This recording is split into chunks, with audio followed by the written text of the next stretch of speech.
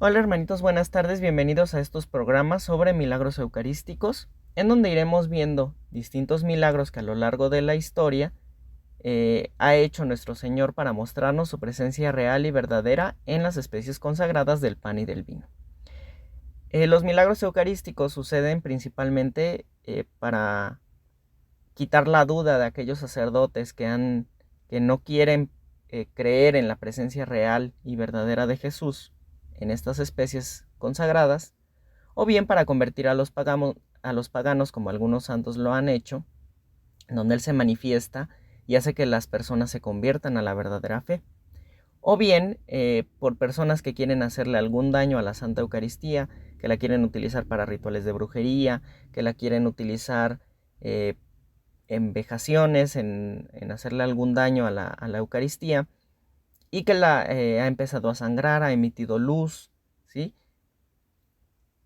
Entonces, todo este tipo de milagros los vamos a ir viendo, e incluso algunos están estudiados científicamente con una profundidad muy interesante, en donde se han encontrado células sanguíneas, en donde se han encontrado restos de corazón, en donde incluso la hostia va latiendo cuando se lleva a los estudios de laboratorio, que es una cosa maravillosa, y en donde nuestro Señor Jesucristo se hace presente, ¿sí? Además, coinciden los tipos de sangre de todos los milagros eucarísticos, y cuando hay pedacitos de corazón, se ve que fueron, o sea, que hubo un desgastamiento horroroso, ¿sí? Producto de la crucifixión en la cruz.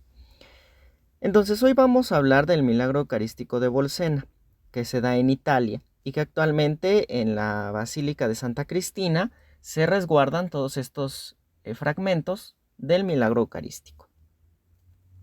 Entonces, esto se da alrededor de 1263, en donde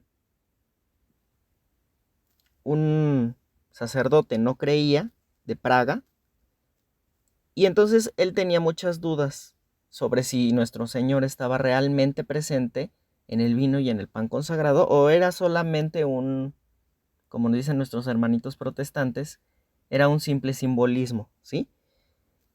Y entonces, bueno, él estaba en ese mar de dudas, y cuando él estaba dividiendo la hostia santa para levantarla y mostrarla a todos,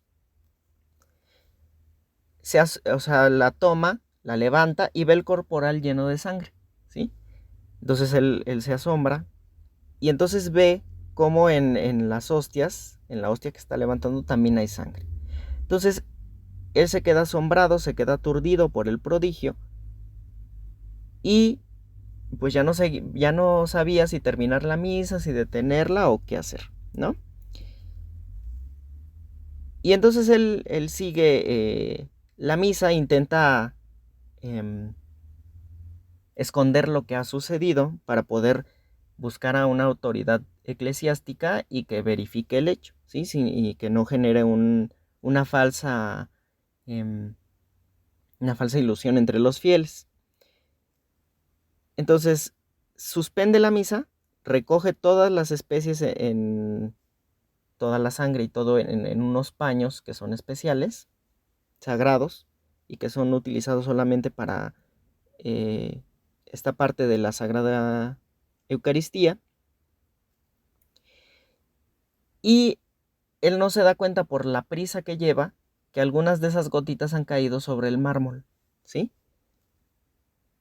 Y entonces actualmente sobre el mármol que cayeron esas gotitas en la Basílica de Santa Cristina, eh, ahí está resguardada esas gotitas de sangre que todavía se pueden ver.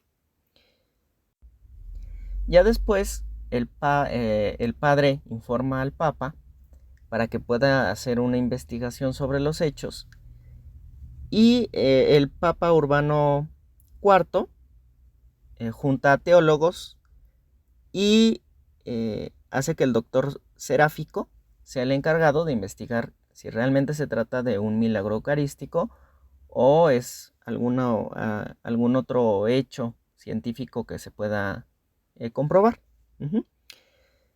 Entonces, una vez que los teólogos y el doctor empiezan a investigar todo esto, ven que es real, ven que es una emanación de sangre del interior de la hostia,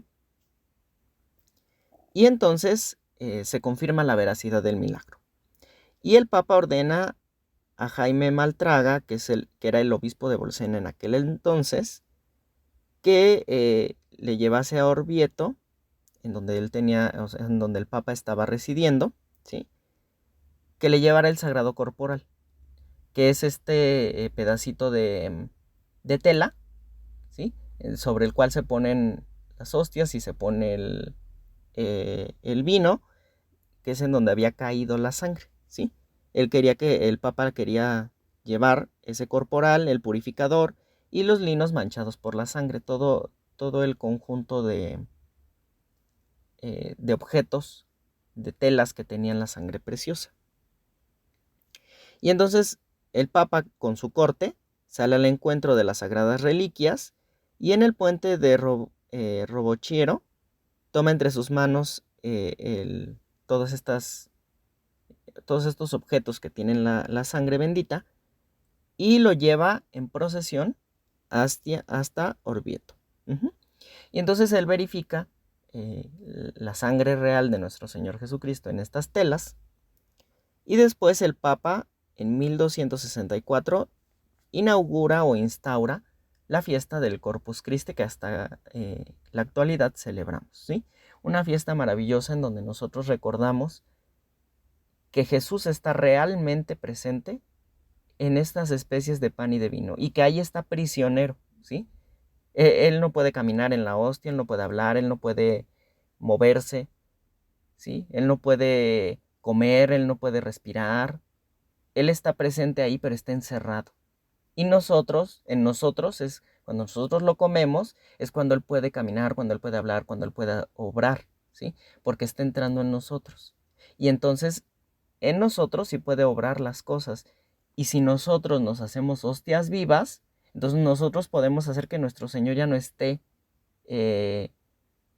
prisionero en esta hostia, sino que Él esté vivo ya entre nosotros y con nuestras acciones podamos llevar su evangelio hacia todos lados y hacia todas las personas, hasta el pecador más obstinado o hacia la persona que más odia a la iglesia, ¿sí? Podemos hacer que ellos vuelvan a Cristo con nuestro ejemplo, siendo hostias vivas y acompañando a nuestro Señor Jesucristo, siempre buscando el camino de la santidad.